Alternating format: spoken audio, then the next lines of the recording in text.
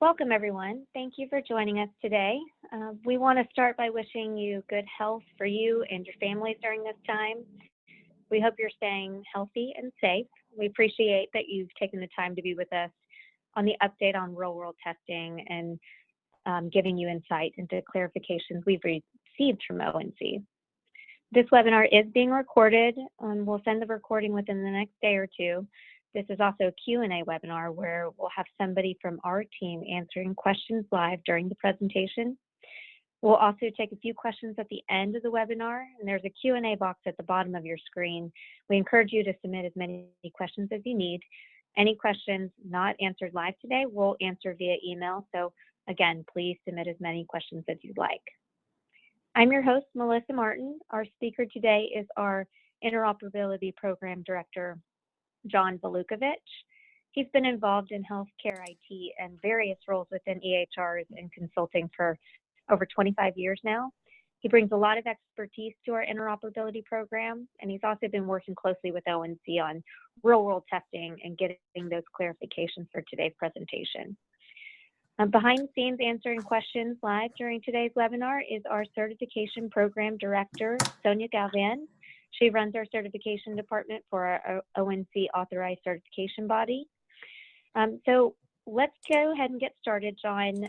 Will you go over our agenda for today and what we'll cover? Great. Thank you for the introduction, Melissa. And again, welcome to this real-world testing webinar, which is essentially a real-world testing part 2 from the prior one that we hosted back in May. So what I hope to do today over the next about 30 to 35 minutes is, again, just bring you up to speed on a real-world testing overview and an update. That includes clarifications around certification, expanding the definition a bit of settings of care, reminding and expanding on the idea about test data and infrastructure, what we know now about format and some templates or guidance, updated timelines, and then new to this presentation, some updates that we've received from ONC in terms of clarifications on real-world testing. So let's just reset a little bit and take a look at some of the language from the 21st Century Cures Final Rule in terms of the condition of certification. And a couple of important things to point out here. Verbiage from this, the reason this is put in here is just a reminder is that this is probably at the highest level what to think about, again, when you're designing your test plans and thinking about how you're going to go about result collection. The certification criteria and what you have to be compliant with is the full scope of everything that's certified, including the required technical standards and vocabulary code sets. Thinking about how you're going to justify and or display or attest to, that's included in your real-world testing. It's exchange-based, all the criteria. We're well aware of that. And what's been roped into that is including into real-world testing, practice settings and care settings to demonstrate that in the real world, your software works. And then finally, at another high-level point, the idea that electronic health information, it's exchanged. It's not only sent outbound, but it's been able to be used on the inbound side as well, vice versa, sort of like a round robin. Those are the types of things at a high level really define what real-world testing is looking to capture. Specifically, it is part of the one of 7 conditions of maintenance and certification requirements. It applies strictly to health IT developers. These are not requirements for providers of care or anything like that. You may leverage them in your real-world testing plans. That's an option. But the requirement itself, back to this maintenance of certification software, is with health IT developers. There's new legal definitions in 17405A. That's the new definition where you find all the listings for real-world testing in the final rule. The requirements are annually, you'll have to submit a test plan or plans, and accordingly, about 15 months after that, as late as 15 months after that, obviously, some test results. And there'll be a graphic in this presentation that outlines that schedule over the next year or so. The end game is real-world testing plans, real-world testing results end up as addendums to your current CHAPL listings. So again, when you think in broad strokes for planning for real-world testing, and the execution of real-world testing. The end game is unique reference links from your chapel listing back to your website to detail for anybody that wants to see it. We know there are existing customers, prospects, federal officials that browse the chapel. It is a shopping cart for some folks.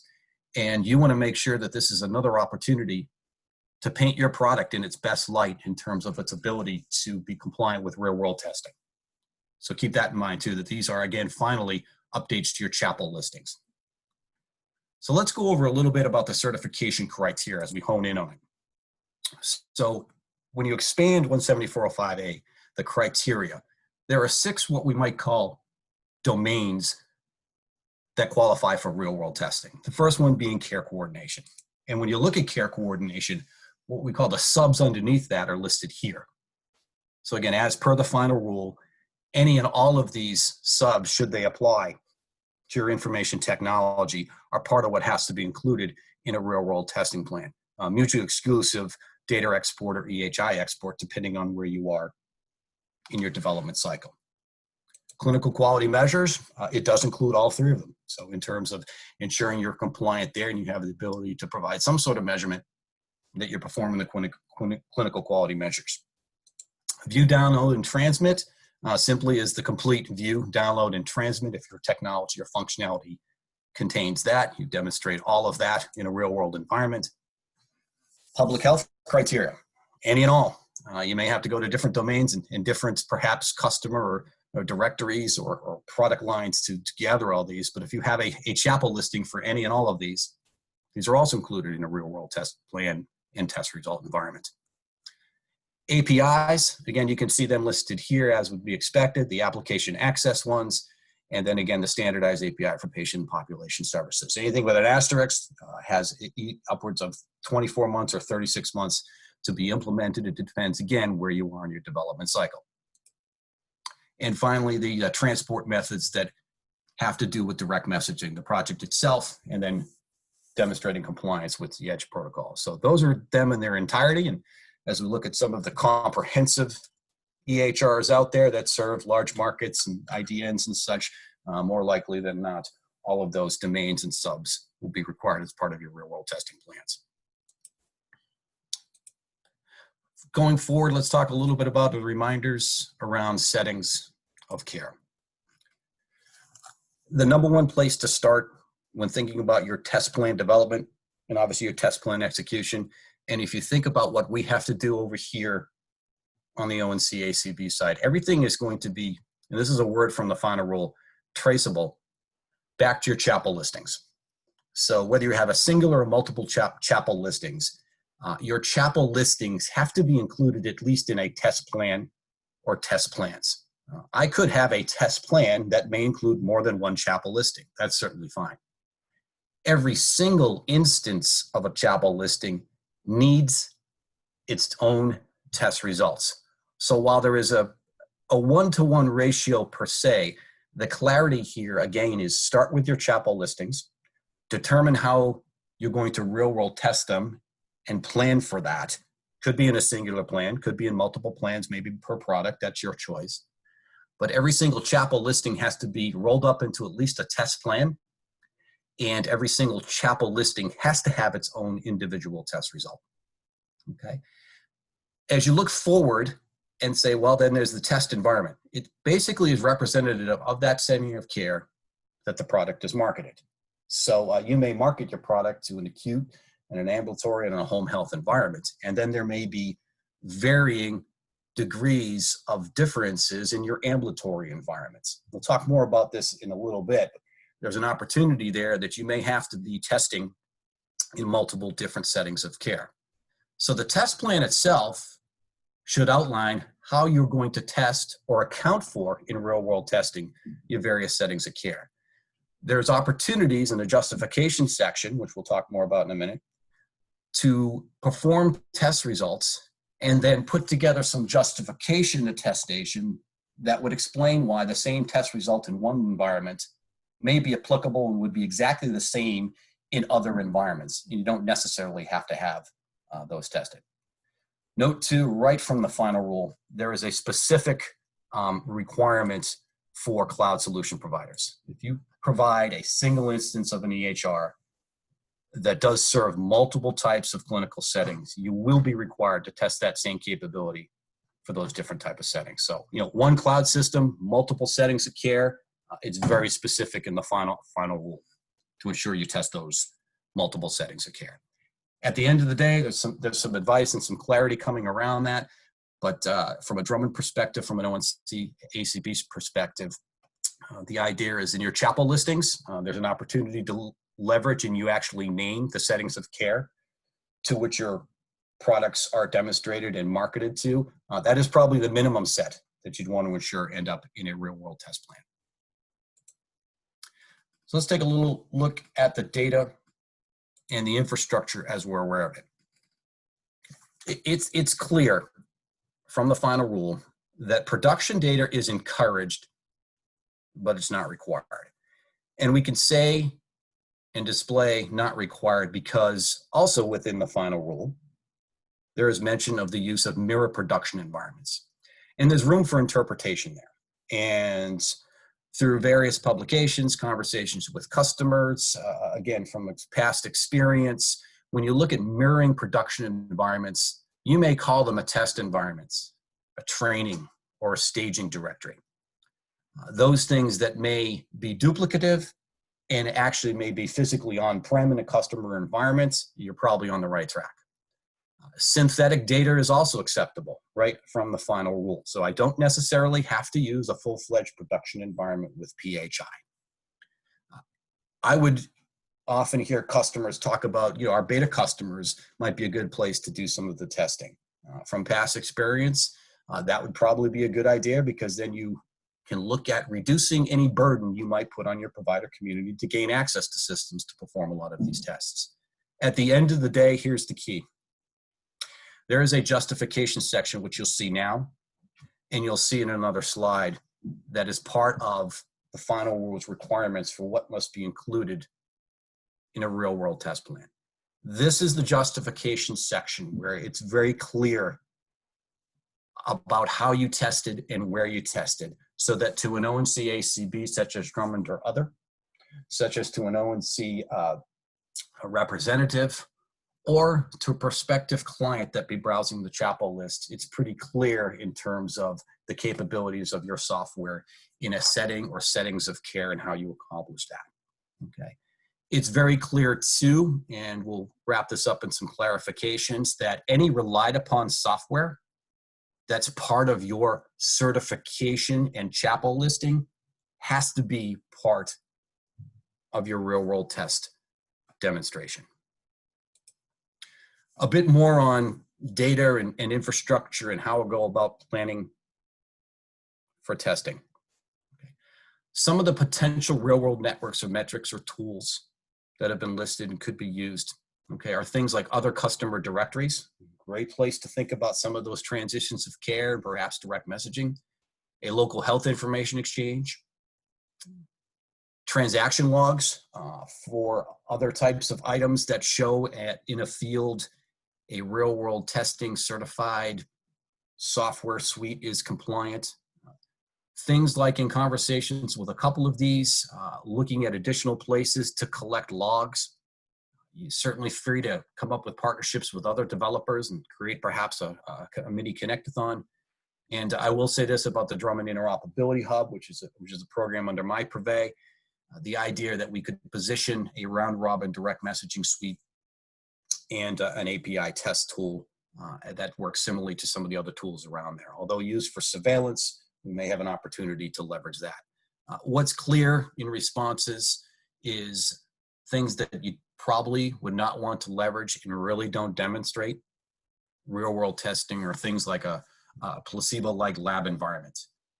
The same certification directory that you brought to certification is probably not the best directory to use. And if you've gone to a connectathon like I have in the past, a lot of those events, while valuable, the data that's exchanged in them, and sometimes even the routines themselves, are not exactly how things are at the time used in the real world. So would steer away from those. Let's talk a little bit more about the format. Okay. This here, in terms of, is exactly how the final rule lays out the development of a test plan. So this is where you have the opportunity to be, fairly verbose, yet clear and concise so that the average reader will understand your test plan. So again, think about tracing back to your chapel items, leveraging your care settings, the timeline for which you think you're going to be able to accomplish that, scheduling of testing milestones that we will be able to do pieces and portions over Q1, Q2, Q3. What your expected outcome should be, obviously success, and then at least at a minimum, one metric for each certification that's in scope. And finally, again, let me highlight justification of the overall approach. That's your opportunity to explain your test plan and how you outlined everything and why it truly demonstrates compliance with the real world testing requirements. To help with that, okay, this is an updated slide from the last time we were able to gather on this topic. We have developed and shared guidance with ONC for feedback. We sent that a couple of weeks ago. We have yet to receive anything back. Be that as it may, what does this guidance look like?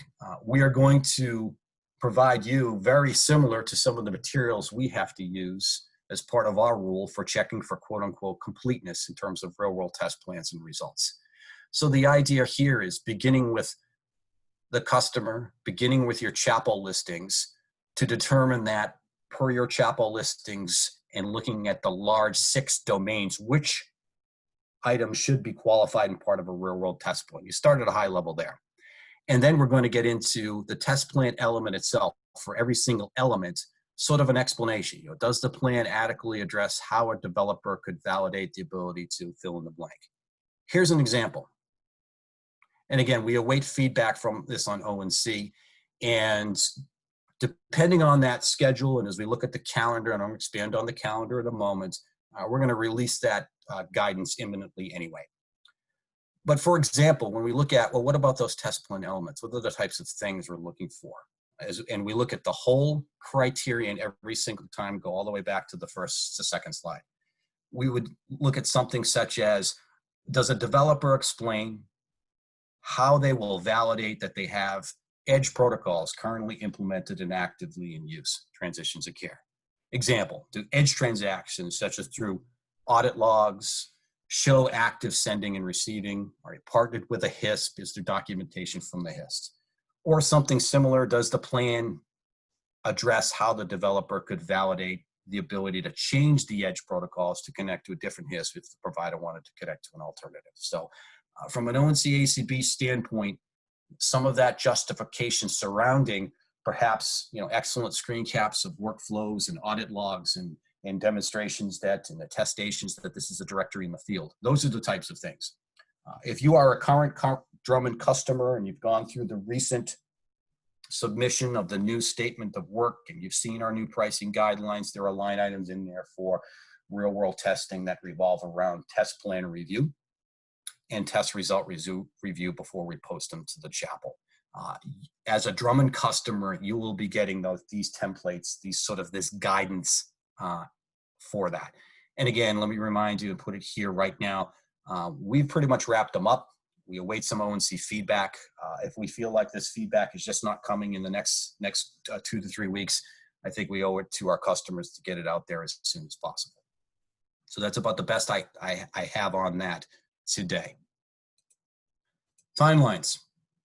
What we've done here is an attempt to collapse all of the different timelines in the final rule into this singular slide. And what I want to point out here is at the top, these are from the final rule, your ONC's sort of chapel-driven due dates. On the bottom, these are the ones that are really the most important because we've aligned them to ensure that these are the dates you want to get your materials to Drummond no later than, so that we have ample time to ensure your materials are posted to the chapel on time and you're not subject to any penalties from ONC.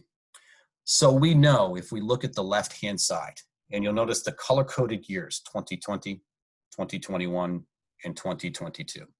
In 2020, technically, per the final rule, the doors are open for ONC ACBs to have real world test plans submitted to them for starting to review. The final rule, I'm staying on the top now, states that this year, real world testing plans, that was the last date anything could be posted to the chapel. We originally had said, and therefore we want to back that up by a month, and by this November, collect all of the real world testing plans to ensure you made it on time. As we all know, a little earlier this summer, ONC released enforcement discretion guidelines that allow for this year only some leeway, a 3-month extension, to say they did not rewrite the final rule. All they did was to say that if you bleed past submitting on the final rule date, then their ONC will not penalize and therefore have an enforcement discretion of 90 days.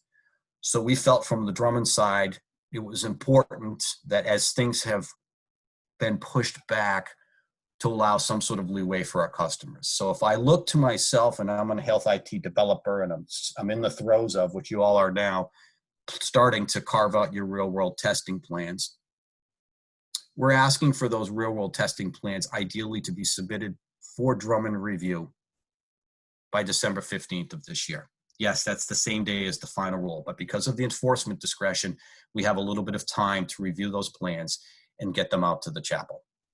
You will notice, again, I'm going to go at the top. March 15th of 2021 is the final day in which test plans for 2020 can be posted to the chapel. Therefore, again, health IT developer, your mission critical dates are the bottom. February 15th is the absolute last day that we feel like, given our customer base, and we're grateful for it, we have the capabilities to review a test plan, make sure there's no follow-up, and in turn around and post it to the chapel. So as we look at, ONC is supposed to provide some clarifications. We haven't seen that yet. Drummond's putting out some templates imminently. The idea here is that we'd love to say, okay, let's bump everything by a month, and largely everybody should be on track for contributing their real world test plans to Drummond for review by December of this year. If you have to bleed into early Q1 for various reasons, that is allowed. You'll note that post February 15th, there isn't any Drummond due dates or opportunities to submit real world test plans for this year. Mind you, and here's the other important point, with this enforcement discretion, it's only for this year. Enforcement discretion notwithstanding, you'll notice 2021 is business as usual. So by November 15th of next year, your second round of real world test plans are due, because December 15th, per the final rule, is when real world test plans are due for 2021. Same thing, and for the results, okay? You'll notice that the first time I see on this guideline, on this map, results is not to 2022. Is that correct? That is correct. Enforcement discretion notwithstanding, the original final opportunity to submit real world test results and get them posted to the chapel for your very first year. You have 15 months to do testing. Most of you probably will not take that long because you may be on another version of software then. But the point of the matter is again, when do I do my plans? When must I have my results all wrapped up and sent to my ONC ACB? That's the deadline down here, February 15th. There is an enforcement discretion on that this year only. This again, go back to 2021. After that, it's still, again, business as usual. So this is your guideline. These are the dates that align with my first round of real world testing.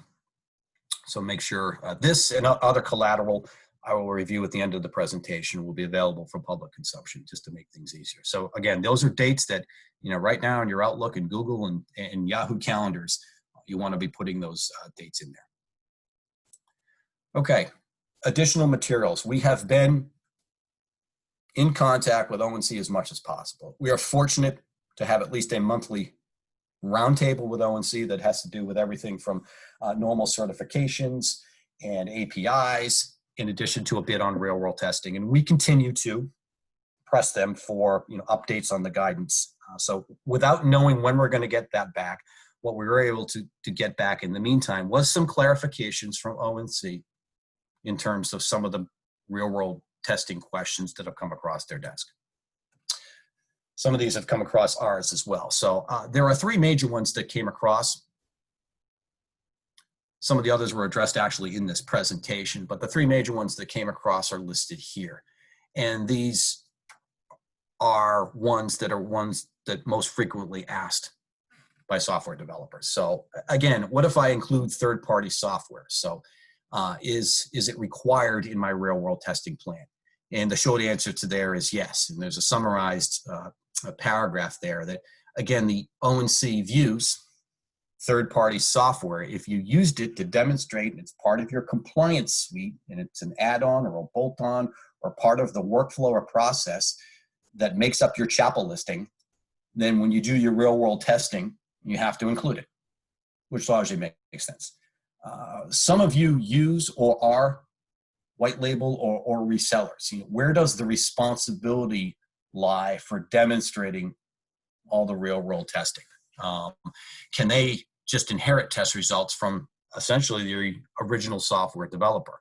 ONC's opinion on that is yes. That their determination, and this is a summation of their exact response, that they believe health IT developers are the ones responsible for determining all the settings of care in which their product should be marketed, and therefore the software itself has the capabilities and included for a real-world test plan. Here's another one that we received a lot. Happy for this clarification in terms of, well, I made a test plan and things changed on environments, customer, unforeseen circumstances. Do I just submit a new real-world testing plan and then go from there?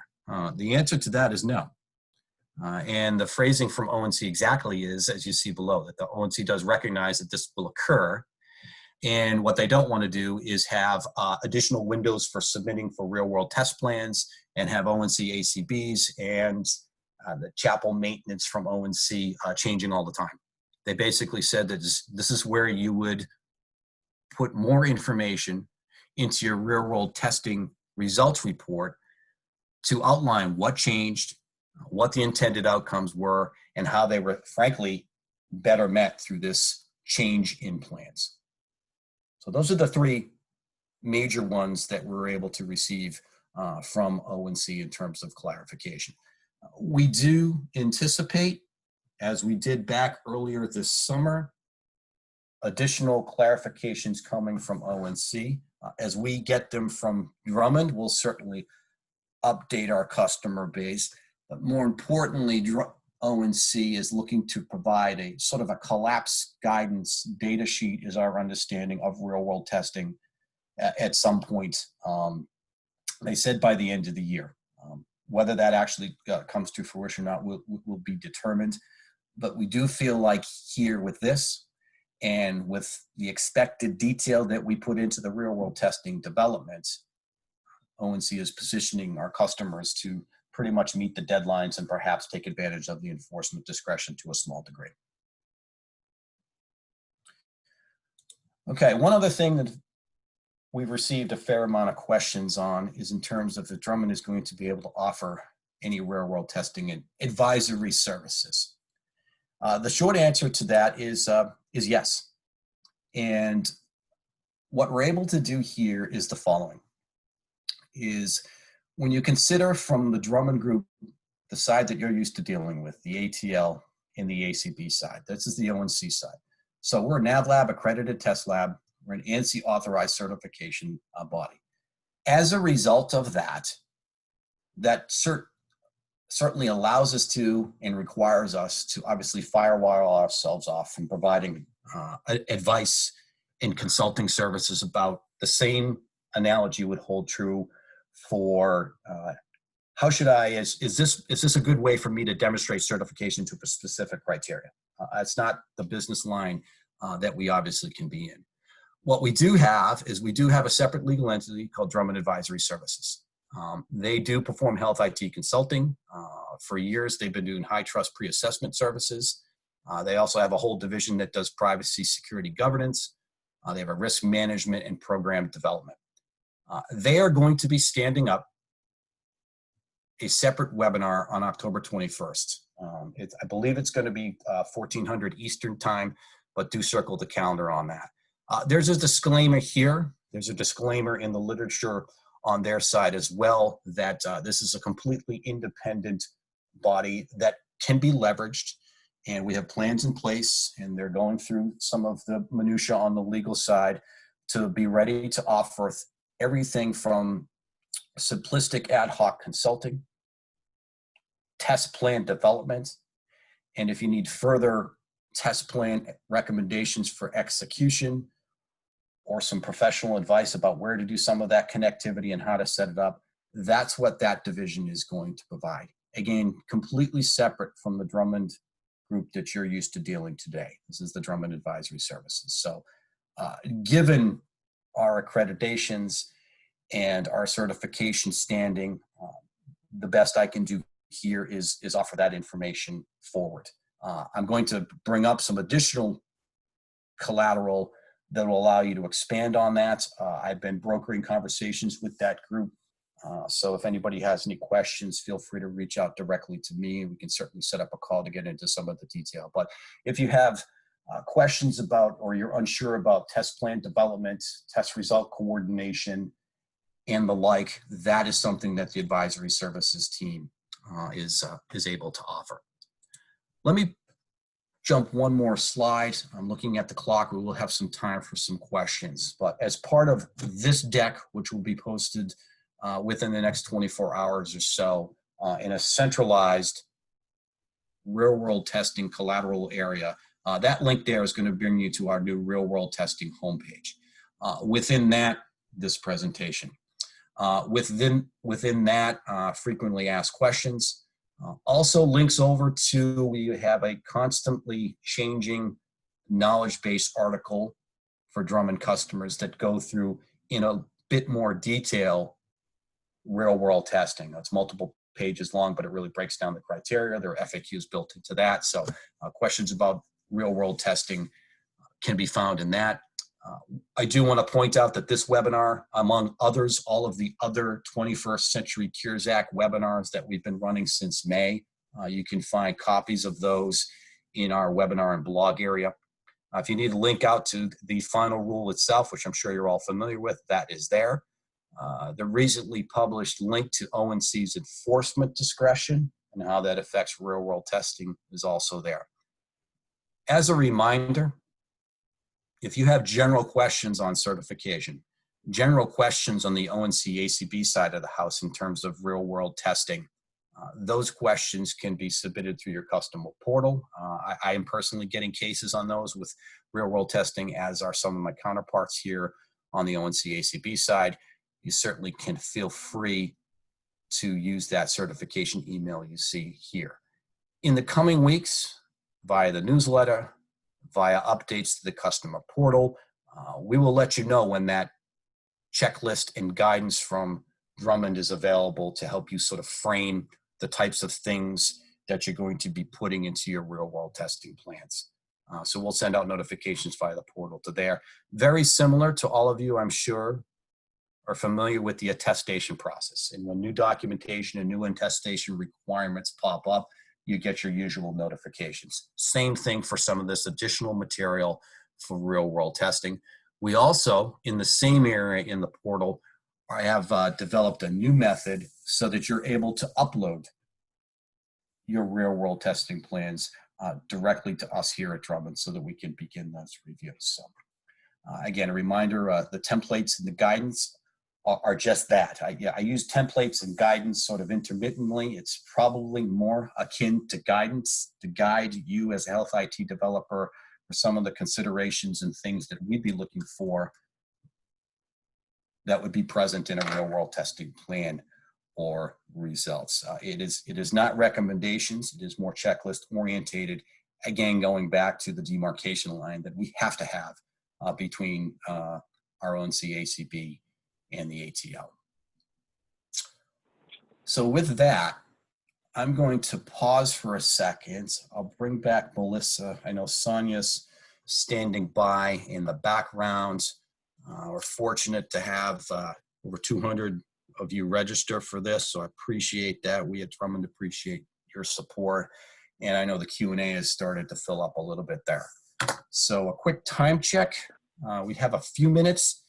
As you may have experienced, one last thing, with any Drummond webinar, should we run out of time, we promise to and have in the past, we collect all of these questions and will ensure that your question gets answered by myself or anybody else over here that supports real world testing. So thank you for your attendance. You can feel free to drop or I'll stick around for a few questions. So Melissa, I'll perhaps hand it back to you as moderator, please. Thanks, John.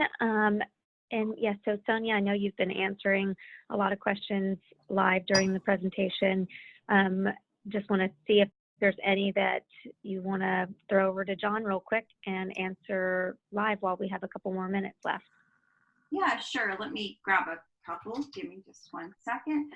So John, one of the questions we got as far as care settings.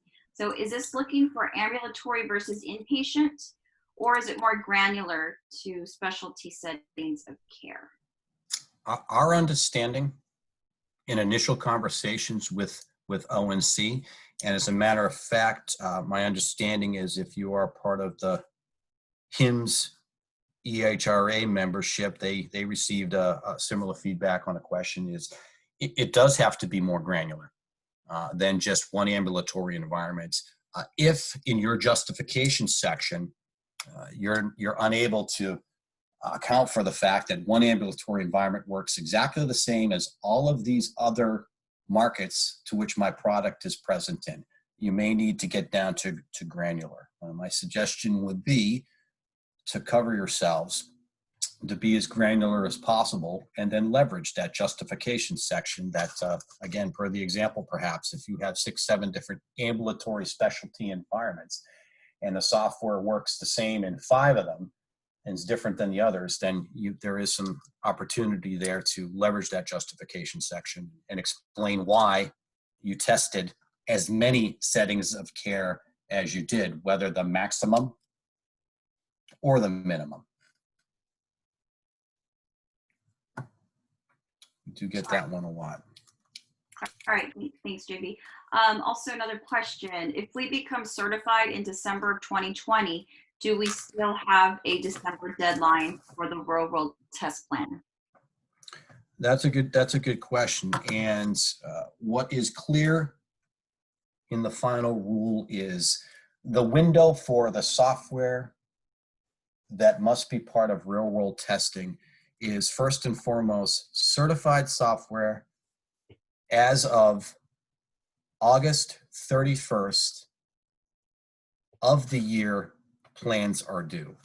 If your software will not be certified to the end of this year and was not certified as of August 31st of this year, then the real world testing plan for 2020 in this instance does not apply.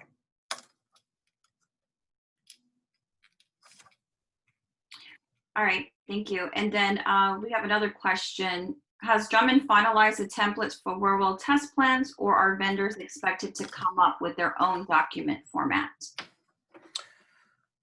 From a Drummond perspective, we do have some guidance, I'll call it, in terms of a template. It's not fill in the blank. It's more of a checklist. It's sort of guidance that we'll be publishing. We do understand that some vendors have already gone ahead and made their test plans, and that's certainly acceptable as well. There is nothing specific in the final rule that says test plans must follow a specific PDF, Word document, those types of format. Obviously, our request here, our opportunity is to say that, well, we do have some idea of what we're looking for. You may want to keep your test plans handy and compare them to the guidance that we're going to release shortly, but there's probably no need to redo your test plan completely. At the end of the day, our request, ONC's request, is that it's clear, it's concise for posting to the chapel your test plan and test results. It's a good question. And John, Time for another one or two. One more, okay. Could I get more information on the use of Drummond's interoperability hub and test criteria? Sure. Real quickly, at this particular point, the Drummond Interoperability Hub was built as part of an ONC grant. We leverage it for surveillance of direct messaging and surveillance of the FHIR APIs. As a result of that, it's the tool in its present form, surveillance-based routines, or if you were to be surveilled or were asked to use that routine today in time as part of a surveillance program, those results don't matter. But what we do look at is saying, is this an opportunity to position it as another test tool that you could use to test round-robin direct messaging and to do it as API testing? So we're looking to do that. I can get into more specifics of that if anybody wants to email me directly. We do have that on the table with ONC at this particular time. It is clear too, in the interim or the proposed rule, they did list off all of the places that were recommended test beds. And like I said, CDA scorecard, SureScripts, all of those. It was interesting to note that in the final rule, all of those were removed. And the reason we got from ONC was what they didn't want to do was absolutely justify and provide a short list of everywhere that people should connect, and therefore, by inference, guarantee that one was better than another or exclude somebody from that list. So they've kept it open.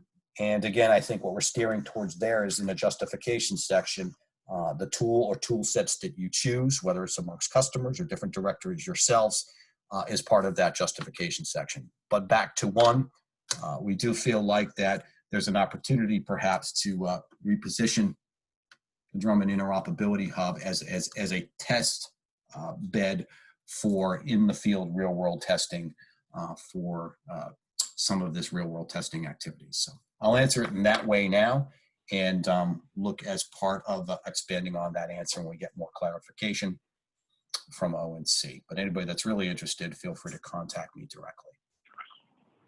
Thanks, John, and thank you, Sonia, for fielding those questions. If you do have questions, again, just email us at certification@drummondgroup.com. We are recording this, and we will have a slide deck available on our website by the end of this week. We'll also send an email out to everybody so that you're aware that the recording is available with the slides. Again, thank you so much for attending today, and if you have questions, just let us know. We're around and are happy to help with anything that you might need. Thanks again.